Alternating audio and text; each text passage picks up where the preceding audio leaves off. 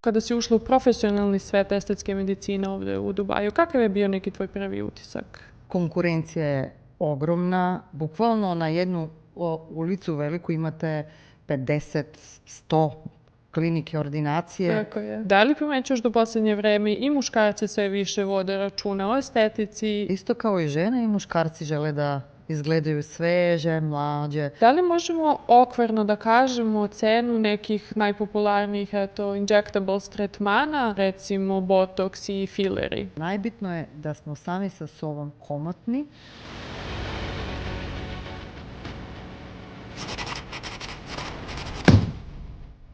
Zdravo svima! Dobrodošli u još jednu epizodu podcasta Dubai na balkanski način. Pre nego da krenemo, želim samo da pomenem da je ovo prva epizoda koju snimamo na privremenoj lokaciji. Kao što možete da primetite, malo drugačiji pogled i atmosfera nego inače. Naš prethodni studio trenutno nije funkcionalan, ali se mi svakako trudimo da vam kroz razgovore, goste i pogleda iza prenesemo deo atmosfere Dubaija. Danas pričamo o temi koja je u poslednjih godina potpuno promenila način na koji ljudi doživljavaju izgled, lepotu i samopouzdanje. Dakle, estetici i industriji lepote, posebno u gradu poput Dubaija. Moja gošća je doktorka Irena Ivanovska, dermatolog i ekspert za estetsku medicinu sa skoro 20 godina iskustva u Makedoniji, potom Kataru i danas u Ujedinjenim Arapskim Emiratima, odnosno Dubaiju. U ovoj epizodi pričamo o tome da li je Dubaj postavio nerealne standarde lepote, koliko su društvene mreže promenile percepciju izgleda, gde ljudi najviše preteruju sa tretmanima, ali i kako izgleda zdrav i odgovoran pristup estetici. Irena, dobrodošla. Dobro našla. Najprvo htjela bih da vam se zahvalim na poziv. Zadovoljstvo mi je biti danas s vama i da podelim svoje iskustvo u Middle East, u Dubaju, u Kataru i evo nas. Danas smo tu. Ovde. Drago mi je, hvala ti što si danas ovde sa nama. Hajde, voljela bih na početku da nam kažeš malo o sebi. Kako si ušla u svet dermatologije i kako je izgledao negde tvoj profesionalni put, od Makedonije pa danas Dubaja? Nevjerojatno, ali u toku svoje studije opšte medicine, tako, 3. godine kad smo imali dermatologiju kao predmet, meni je bilo to tako zanimljivo, jer recimo u dermatologiju imate puno dijagnoze koje nije tako jednostavno da se otkriju ili da se postave, za razlike od druge specijalnosti gde u poput dijagnostičke procedure se lako dođe do njih. U taj period možda estetika nije bila na to nivo aktuelna, ali mislim da je to bio početak, da kažem. Tako da sve te volim ja, što bi se reklo, sklopljati puzzles. Dobro. Tako da to me nekako iniciralo i dao mi potik da se malo duboko vežem i da se posvetim sebi u dermatologiji. Baš fino. Otkud ti u Dubaju? Kako izgleda taj profesionalni put od Da, Makedonije? to je bilo tako spontano i slučajno. Imala sam neke promene na privatni život, a i od uvek dok sam bila student, vidjela sam se sebi van iz Makedonije, htjela sam jednostavno da probam sebe. I jedan dan me jedna prijateljica pozvala da se upoznam sa njena prijateljica koja u taj period je živjela i radila u Kataru. Zahvalna sam puno na taj susret, je to bilo stvarno koincidencija i slučajnost. I mi smo se tako, evo, kao nas dve sreli, popričali, promenili iskustva i jednostavno sam je pitala da li kakva je tržište za dermatolozi u Kataru. Promenili smo informacije, CV i eto, otišla sam na intervju tamo, pogledala kako klinika funkcionira i jednostavno rekla sam sebi što da ne. Dala sam sebi 1-2, ali vjerujem kao svi nas, 1-2 su godine. Tako. Da, u većini slučajeva. Eto tako, nikad mi ne završimo na 1-2 godine. Tako. I Katar je bio početak u ovaj svet, u GCC svet. Bili su puno challenges, da kažem. Trebalo mi puno vreme da se, par meseci da kažem da se adaptiram na taj svet, jer ipak kulturalni razlike koje imamo, etničke razlike koje imamo, treba vremena oko prista pacijenta ili klijenta. Sasvim prirodno za svakoga ko dođe. Da, to je sasvim različito i to je bio meni, kako da kažem, predizvik koji sam jako voljela i svidjelo mi se, a posebno da ne pričamo što u, recimo, ovaj deo sveta imate pristup bukvalno na najnova i na high-end tehnologija. To je bio meni stvarno vrhunski još izazov. Dodatak. Tako je, da. Jer sve te lasere i koje su dostupne ovdje, recimo u mojoj zemlji i na Balkanu, u taj period, možda sad smo negde, ali ipak, ne mislim da 100%, ali ipak smo tu negde. To je bio sasvim odličan izazov i predizvik da se nadgrađujem, da kažem. Sigurno. Koliko dugo si bila u Kataru? Tako, u Kataru sam bila 2,5 godine, onda htjela sam da se prefrlim u ovaj deo sveta, jer je više evropski, da kažem, i mentalitetu i način života. Tako da prvo sam bila u Abu Dhabi oko 6 mjeseca i evo me 10 godina već u Dubaju. Da, i mogu da kažem da se ovdje osjećam kao kući. Baš lepo za čuti. A sad, kakav je bio neki tvoj prvi utisak? Ok, bila si već i neko vreme u Kataru, ali što se tiče samog Dubaja, čak i eto, kada si ušla u profesionalni svet estetske medicine ovdje u Dubaju, kakav je bio neki tvoj prvi utisak? Prvo je grad veliki, ogroman, konkurencija je ogromna. Ako evo pogledamo socijalne medije, koliko klinike ima, ja sam bila prvo skeptična kako bi to funkcioniralo, jer bukvalno na jednu ulicu veliku imate 50, 100 klinike, ordinacije. Tako je. Međutim, zanimljivo, za svako ima posao, za svako ima mjesto. Ja sam prvo počela da radim ovdje u Health Bayu, to je poliklinika, gdje radimo dermatologija i estetika, tako da moja dnevna praksa bila je orijentirana na obe, za razliku u Kataru gdje smo radili više estetika, recimo možda oko 90%. Ovdje sam bila, kako da kažem, prirodno nasočena da radim na obe, što mene jako to raduje, jer ipak sam dermatolog i volim dermatologiju i volim da se nadgrađujem na obe sfere. U odnos na razlike, definitivno pristup je različiti između Katara i ovdje, jer u klinikah gdje ja praktikujem moje pacijente su većinom ekspate. Ekspate iz UK, Velike Britanije, iz Amerike, Holandije, Njemačka, Italija, Španija, znači to je ipak različiti drugi svet. U Kataru su više klijenti bili lokalci, oko 90% mogu da kažem slobodno i način konverzacija, pristup, to je mene bio genijalno, mogu da kažem. Jer jedna ista informacija, recimo, u jedan svet i drugi svet bi se različito primile, je li tako? Da, slažem se. Da. Sad, Irena, pomenula si i znam da radiš u 2 klinike trenutno, također si aktivna na konferencijama, na edukacijama. Reci mi, kako izgleda jedan tvoj radni dan danas? Jako busy, šta bi se reklo. Da. Nakon neko vreme je teško da se priča i na srpski, na makedonski, nakon toliko godina. Da, kako izgleda? Trudim se skoro svaki dan da izdvojim vreme za sebe. Sportujem ili u gym, ili yoga časove, stretching. Izdvojim neke stvari koje mene prave sretna, jer inače život je tako brzi. Za neko ko je workoholik, ja spadam u tu kategoriju, bukvalno nema se vremena za ništa. Tako da ujutro najčešće odradim svoj čas i dan počinje sa posao u klinika. Najčešće preko dana radim u Health Bayu, koja je poliklinika, i u toku danu uspijem da vidim između 20 do 30 pacijenta. Wow. Da, to je stvarno busy. Najčešće su nedelja, ponedjeljak su nekako kao pik dane, ali ne mogu da kažem da su druge dane isto manje. Sreda je isto zanimljivo.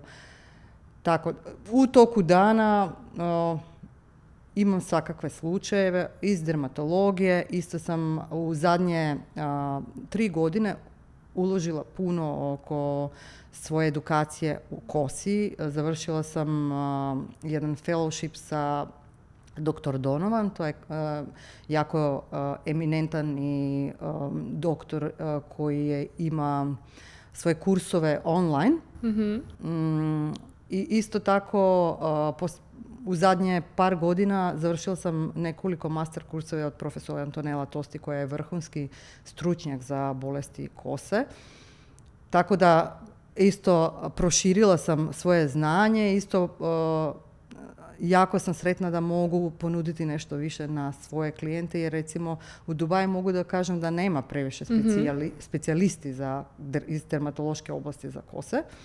Tako da gledam i takve pacijente. Što se tiče estetike, radim bukvalno sve. Tako da moj dan je mešan. Imam i dermatologije i bolesti kose i isto tako estetika. Da li su to laseri, imamo BBL, fotona, rešavamo pigmentacije, kapilare.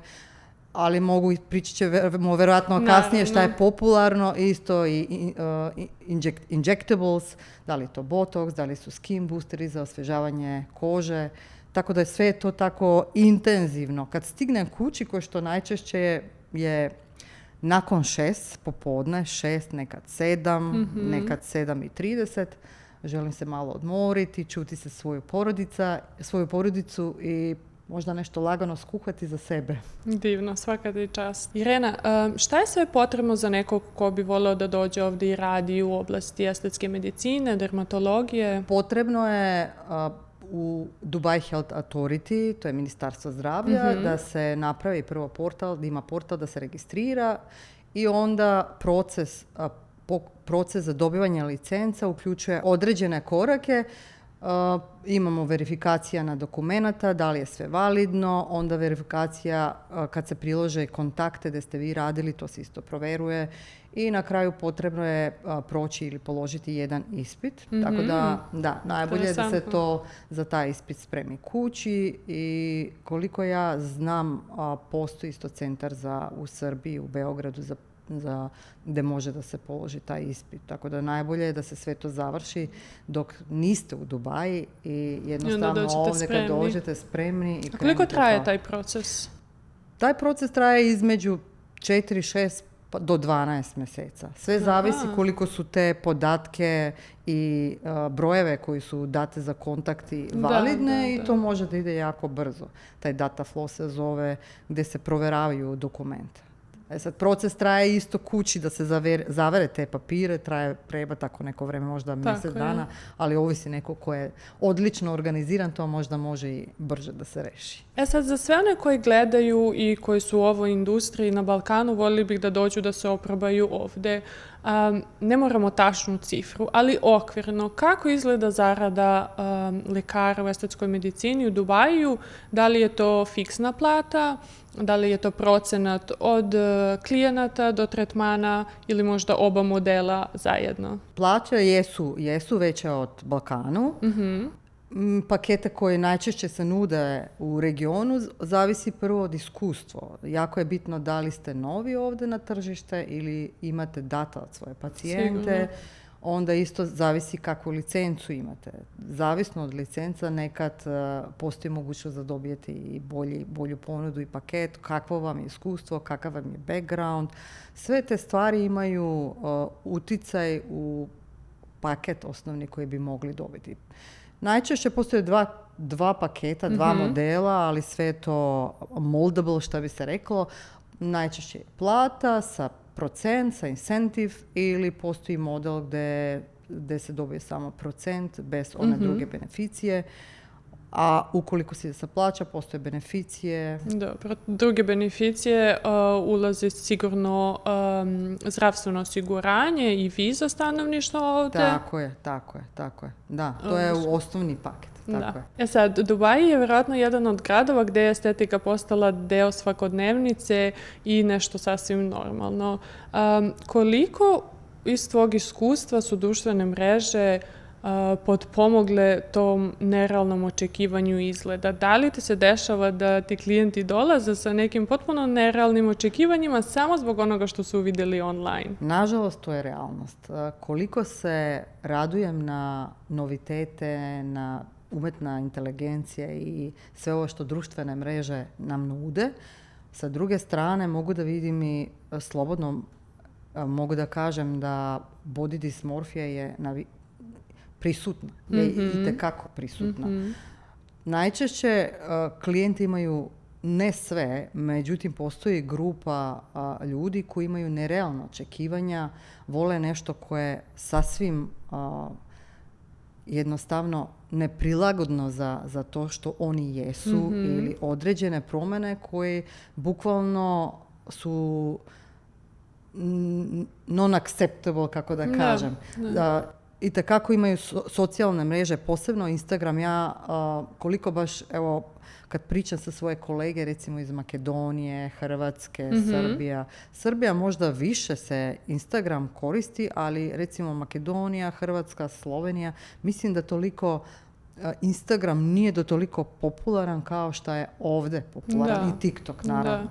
Ovdje bukvalno ko se kako probudi, prvo se scrolla po Instagramu i prate se trendove, prate se određene, evo, slobodno vam kažem, pred bukvalno 10 dana imala sam 2 devojke, jedna je bila 19, druga je 20 godina stara i obe su došli sa request, sa traženje za, rekli su mi, I'm looking for face balancing.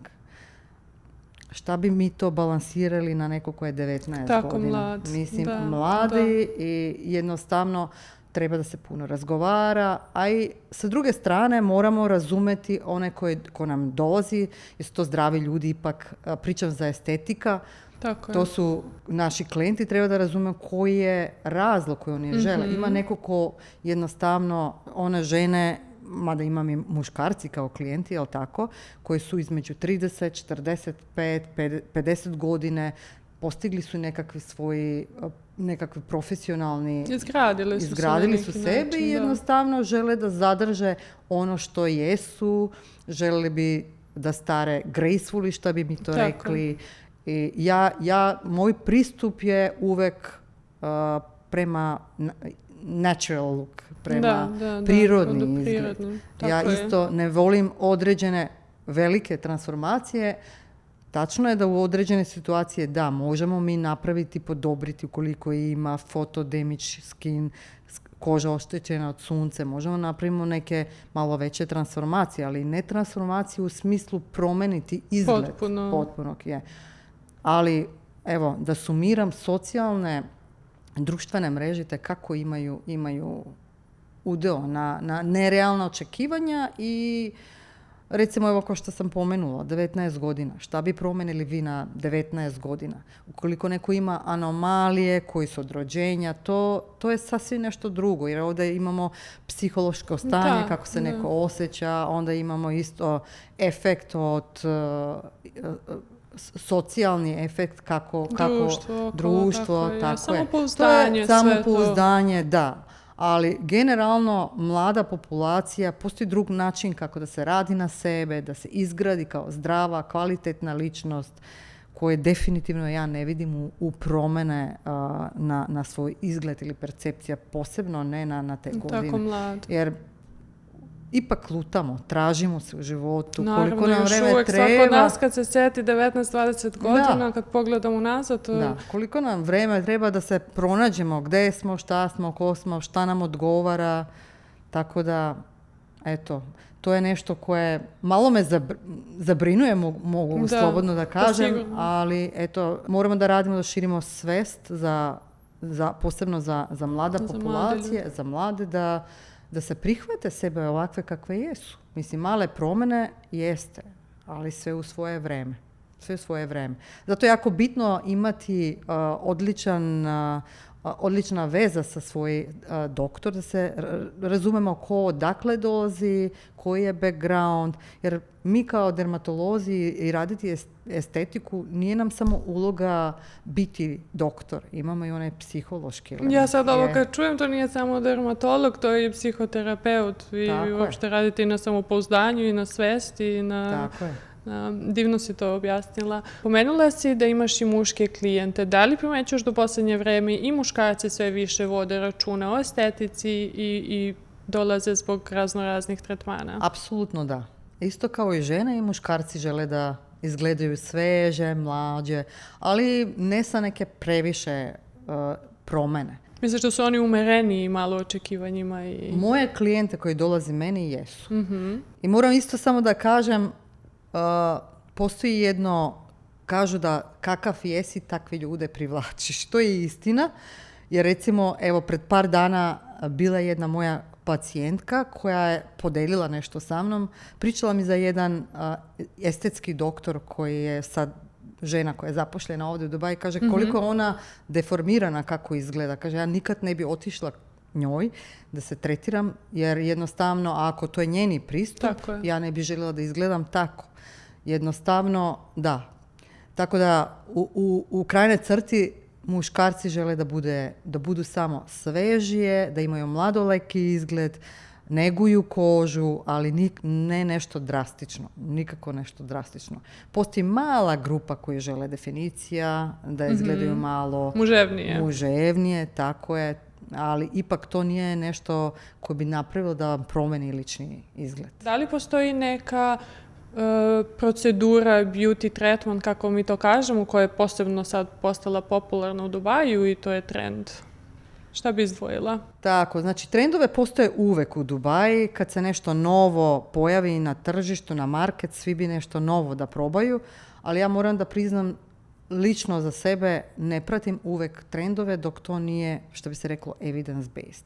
Ne bi ja eksperimentirala sa određene stvari ukoliko ovisi za kakve se procedure pričamo, jel? Inače, šta je sad trenutno popularno, svi traže prirodni izgled. Vraćamo se sad vraćamo se na prirodno. I najčešće klijente traže procedure i tretmane koji djeluju na poboljšanje kvalitetu kože, imati čistu kožu, sjajniju kožu, namanjene pore, skin laxity, ukoliko postoji, tako da se podobri elastičnost kože, kapilare. To su minimalne promjene koji itekako mogu odložiti proces starenja, a ipak da izgledamo ono što jesmo. Čak bio je jedan trend, mogu da kažem da sam imala više klijente koji su dolazili da otopiju filere na uste. Žele da imaju više prirodni izgled, prirodne usne, lako možda popunjene, ali ništa previše. Više da bude ženstveno, nežno, ne da bude previše istaknuto, da kažem. Da, mogu da kažem da su sad popularne skin boostere, to su preparate koji se injektiraju u koži sa bukvalno male iglice za hidriranje kože, podobravanje kvaliteta, elasticitet kože, isto tako podobruju elasticitet kao što sam već napomenula. Onda od druge tretmane PRF, to je Fibrin Rich PRP, koristi se konkretno za podobravanje elasticitet kože poput growth faktora. Onda od laserske procedure fotona je jako, kako da kažem, tretman koji je tražen. Može da podobri pore, kvalitet kože, clarity ili čistoće kože, da se sklane pigmentacije sa pico laser. Generalno to su procedure koje nisu previše invazivne, a daju suptilni i lepi rezultati i neguju kožu isto vreme. Pomenula si ranije i gubitak kose. Dosta ljudi se suočava sa ovim problemom u posljednje vrijeme i dosta mladih ljudi, mogu da kažem. Reći ćeš nam ti malo bolje koliko stres, hormoni i uopšte možda način života utiču na gubitak kose. Naravno da stres, način ishrana, dijete, način života itekako utiču na rast kose. Brzi život koji živimo ovdje, intenzivniji život, određene dijete, uključi intermittent fasting, uključujući keto dijete i određene druge dijete gdje imamo nedostatak kalorijski unos i tekako deluju na gubitak kose. Zato što određene, recimo za kosu je jako bitno da se unose pravilne nutrijente i isto je jako bitno količina proteina koji se na dnevni nivo unose. Najčešće razlozi za gubitak kose su ili hormonalni disbalansi, vidimo kod žene koji su perimenopauza ili postmenopauzalne žene. Isto često je razlog dijete, kao što sam više napomenula, zbog niski kalorijski unos na proteine, na određene nutrijente koji imaju ulogu u rast kose.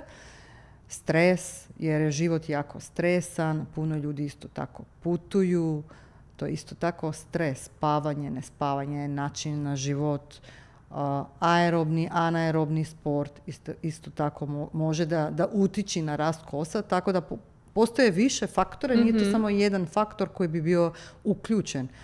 Ali možda bi mogla da, evo, potenciram upotreba na GLP-1 agoniste koje je dosta prošireno. Recimo evo, u Americi skoro 85% od žena su na GLP zbog različnih razlozi. I imamo sad podatke da u principu nije da je lek toksičan za kosa, nego je nedostatak na proteine. Zato što lek indirektno gubimo i zbog nedostatka proteina postoji isto tako, zbog načina i mehanizma kako lek deluje, imamo gubitak muskulne mase, posebno jer postoji više dva tipa na GLP koji su sad recimo FDA approved i kojih imamo ovdje. Pokraj gubljenja na mišićna masa zbog katabolizam i namanjeni unos na proteine, nakon 2 do 4 mjeseca počinje taj takozvani telogeni efluvijum. Ukoliko je samo telogeni efluvijum, znači to se može korigirati sa balansirana ishrana, nutrijenti, određene procedure koje se rade isto u klinike mogu da uticaju da se to poboljša.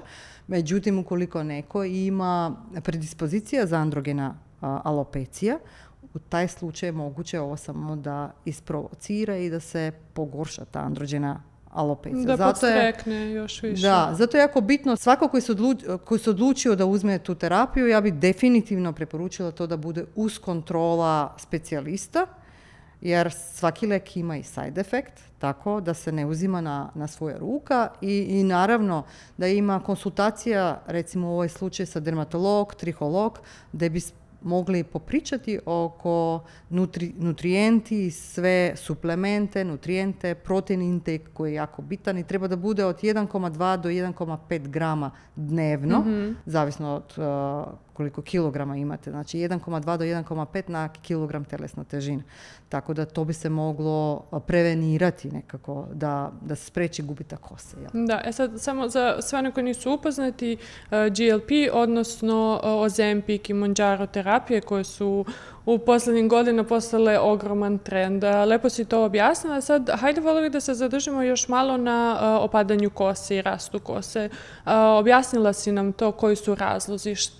Koji su tretmani koji ljudi mogu da rade pored balansiranja ishrane, sređivanje stila života? Koje su te terapije za koje ljudi mogu da dođu kod tebe i prijave se da krenu da rade na tom njihovom putu ka poboljšanju kose? Najprvo bi krenula sa dijagnostika. To je definitivno prvi korak, jer ukoliko imamo pogrešna dijagnostika, onda apsolutno pacijenti mogu da imaju ne benefit, mogu čak i da izgube kosu ukoliko tretiramo pogrešno. Dijagnoza uključuje pregled, konsultacija, bitno su nam podatke da li neko koristi određene lekove, kakvi su eventi bili 2 do 3 mjeseca pred početka gubita kose, kad je to krenulo, za žene isto ciklus, redovne, neredovne ciklus, znači ima puno toga koje je jako bitno uz konsultacija za nas kao dermatolozi i triholozi da saznamo, onda imamo pregled kose koji je vizualni i uz trihoskopije gdje možemo da pogledamo koren kose, jer normalno i zadnji deo glavi imamo 3 do 4 dlake koji izlazi iz jedan folikul.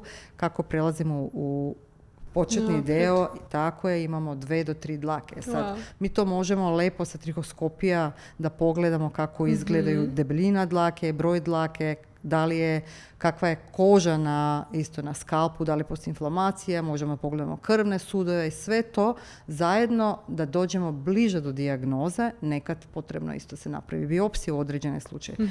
Najbitno je da se zna da li je to takozvana scarring ili non-scarring alopecija. Zato što ukoliko je scarring, mi moramo tu biti malo agresivniji, da radimo, da sprečemo taj proces, jer sve što se izgubi onda ne može se vratiti, jer postoji skar, onda se ošteti folikul i ne možemo to je irreversible proces. Jel?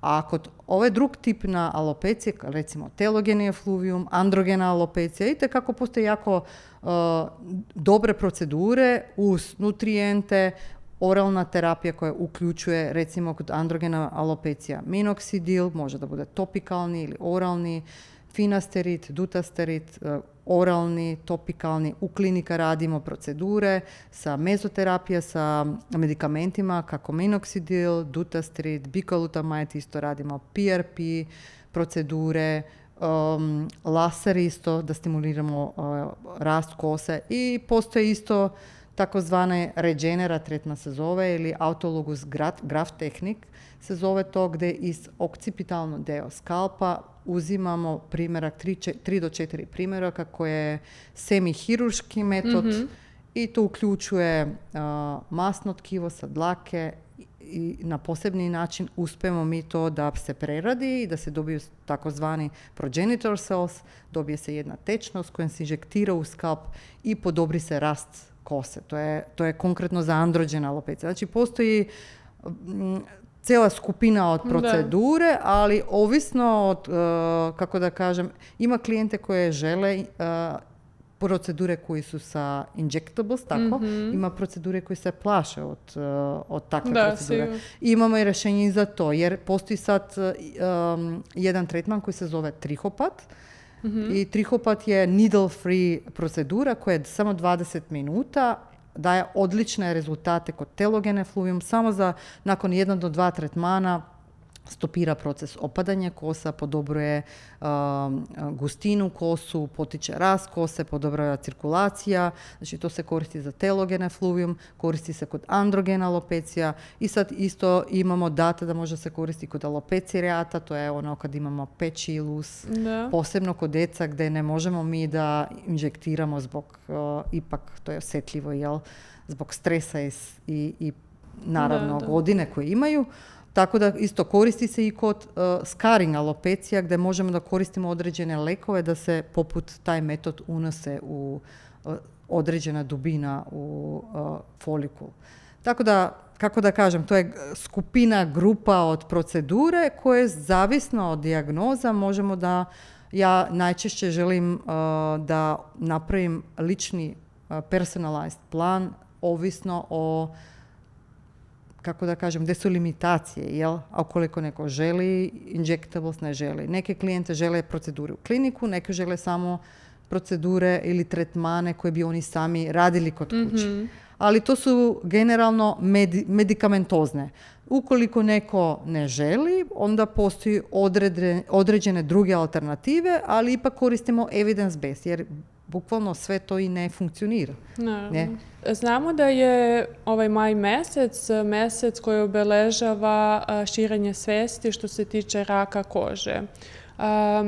Moj utisak je da se u našim zemljama toliko ne priča još uvek o prevenciji, uopšte o koži, o nezi i brizi kože što se tiče raka kože i izlaganja suncu. Kako ljudi mogu da rade na tome? Šta je vaš savjet? Da li je to redovno pregledavanje mladeža ili uopšte kože? Kako ljudi mogu da brinu više što se tiče te strane? Tako je. Postojala je jedna generacija gdje je bila trend da se ide na solarium ili da se maže koža sa maslinovo ulje ili određene druge preparate da bi potamnili više, jel tako? Međutim, te trendove su itekako opasni, a danas su ređe vidim, ali danas ja vidim komplikacije u te trendove, jel tako? Zato što koža je jako pametna i koža pamti. Ono što smo radili kad smo bili mladi, doći će vrijeme kad se to naplati, kad stignemo određena uzrast kako 40-50 plus, onda se sve te promjene itekako vide na koži. Znači, šta bi to preporučila? Izlaganje sunca u jutarnje časove je apsolutno poželjno zbog puno toga. Sunce znamo kako ima pozitivni impakt na raspoloženje, na vitamin D sinteza i tako dalje. Međutim, uvijek uz SPF 50+. Naravno, koristiti za UV protekciju ne samo sunblock, isto tako se koristi najčešće lenena ili pamučna obleka, odjeća koja je sa duge rukave, onda šešir, UV protekcija, naočare koji vam nude isto UV protekcija, jer ne treba nam puno da dobijemo mi vitamin D. Ukoliko želimo da se izlozimo na sunce, zbog ten, ujutrene časove ili nakon 3 popodne, 3:30 uz zaštitu, apsolutno je, ali to treba da bude umereno. Jer recimo u Dubaju imamo 12 mjeseca sunčane dane. Tako ja objasnim na svoje pacijente. Najbitna je kumulativna ekspozicija. Mi u 12 mjeseca smo ovdje kumulativno eksponirani, kao recimo kad bi živjeli negdje u Europi. Ako bi živjeli u Europi, to bi bilo jednako 12 mjeseca u Dubaji za možda 10 godina u Europi.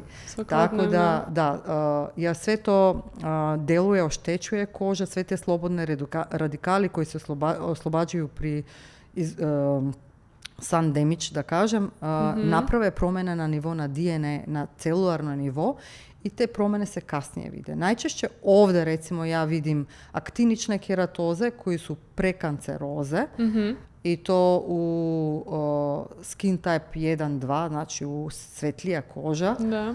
Onda bazocelularni karcinomi, skvamocelularni karcinomi. Jako sam sretna da ovdje relativno ranije dijagnosticiramo ove promjene, jer postoji nekakva svest. Dolaze ljudi na redovne godišnje kontrole, bar moje pacijente, koje su najčešće ekspati, i redovno se kontroliraju. Tako da mogu slobodno da kažem da evo u zadnje par godina retko, dali su samo par slučajeva gdje smo imali melanom koji je bio malo u treći stadijum ili 4. stadijum. To se retko događa. Najčešće se to otkrijemo u rane faze, bar moje pacijente, i to me stvarno veseli. Šta bi savjetovala za generalnu populaciju pokraj korišćenje na zaštitne ove sredstva ove mere koje smo sve pomenuli. Godišnji pregled itekako je kod dermatologa je jako bitan. Ukoliko neko primeti neka nova promjena koja ima rozova, crvenikava boja ili čak izgleda kao mala ranica koja je tamo više od mjesec ili 2, apsolutno zaslužuje malo više pažnje, da se obratite kod dermatologa da se to pogleda, jer to je način na koji bazocelularni karcinom recimo krene. Onda, ukoliko imate neka nova promjena, pigmentirana promjena koja nije bila tamo, a je nova, najčešće nakon 30, 40, ali čak i ranije. Znači, onda zaslužuje apsolutno malo više pažnje, da se obratite kod dermatologa, da se to pregleda dermoskopski, jer rana prevencija itekako može spasiti život. Spomenula si SPF. Da li postoji nešto što ljudi ne znaju? Svi znamo zaštita od sunca, krema, plus 50, plus 30. Šta je ono nešto najbolje što bi svako mogao, evo kod kuće ko gleda, da upamti i da primeni tokom leta? Najbitnije kad se izabira SPF je da li je krema ili emulzija. Jer recimo emulzija je sodvetna više za masna koža, krema je više za suha koža. Tako da poput tipe kože bitno je da se izabere emulzija ili krema. Onda drugo što je bitno, koje su filtre uključeni. Da li je samo UVA, UVB, da li je visible light, infrared, Sve to je napisano najčešće na prednje strane na proizvoda. Zašto je to bitno? Imamo klijente ili populacija koja je jako senzitivna na sunce.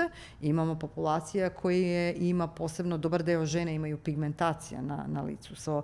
Tako je jako bitno da ima da UV, UVB, visible light, to je vidljiva svetlina, i infrared, jer to sve itekako je bitno da bi nas zaštitilo od mogućnosti za pigmentacije, jer i vidljiva svetlina, čak od određena svetla, fotokoper mašine, LED koji imamo u prostoriju. Eto tako, to je isto tako moguće da stimulira melanocite da malo više produciraju pigment, imamo te pigmentacije. I tonirane kreme, recimo neke možda su tonirane jesu pogodne za klijente koji imaju pigmentaciju, jer podatke nam kažu da imaju bolje i su efikasniji posebno na populaciji koja ima pigmentacija. Onda idemo na more, sunčamo se, plivamo. Sljedeće što treba da se prati je waterproof, water resistant, zato što je bitno koliko dugo ostajemo u vodi, jer imamo isto refleksija od vode, imamo refleksija od pesak, od kamenja, tako da moramo se zaštititi, jer određene preparate koje nisu waterproof i water resistant, ovo je posebno za tijelo, onda kad se kupamo u more, nemamo baš neke pune beneficije. Tako da sve su ove stvari koje bi mi trebali da pratimo i ovo je nešto koje dobar deo nas zaboravimo. Na svaki proizvod piše kad se otvori, imate tamo sa zadnje strane 6 ili 12. To ne znači ako ste koristili kremu ove godine, sljedeće godine idete opet na odmor pa uzimete svoju torbu i opet koristite istu kremu. Znači, to je jako bitno jer određene kreme su i medijum za mikroorganizme. Tako da, znači zbog toga je to... Zbog toga, a isto i zbog kvalitete, jer isto kao i lekove, tako i kreme, imamo rok na trajanje, jel tako? Tako je, da. Sad, znam da cene dosta zavise od klinike do klinike, pa čak i od brenda proizvoda koji se koristi, ali da li možemo okvirno da kažemo cenu nekih najpopularnijih injectables tretmana kada se priča o Dubaju, recimo botoks i fileri? Lepo ste to rekli, cene zavise o proizvod koji koristimo od klinika do klinika, variraju.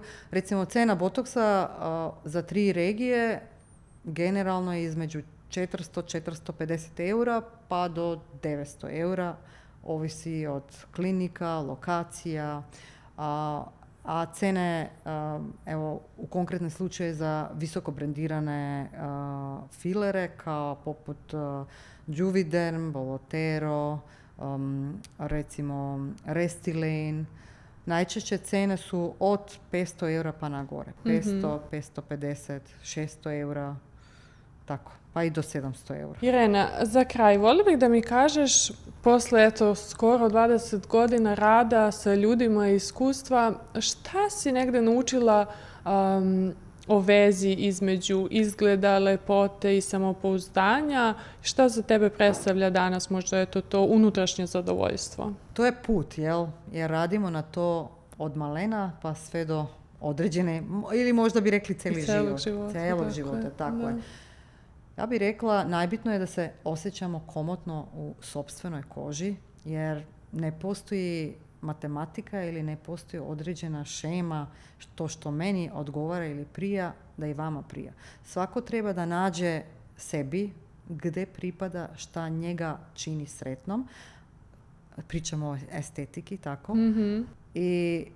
Jer postoji različita populacija, neko želi da stari gracefully, što bi se reklo, neko voli svoje bore, neko ne voli svoje bore.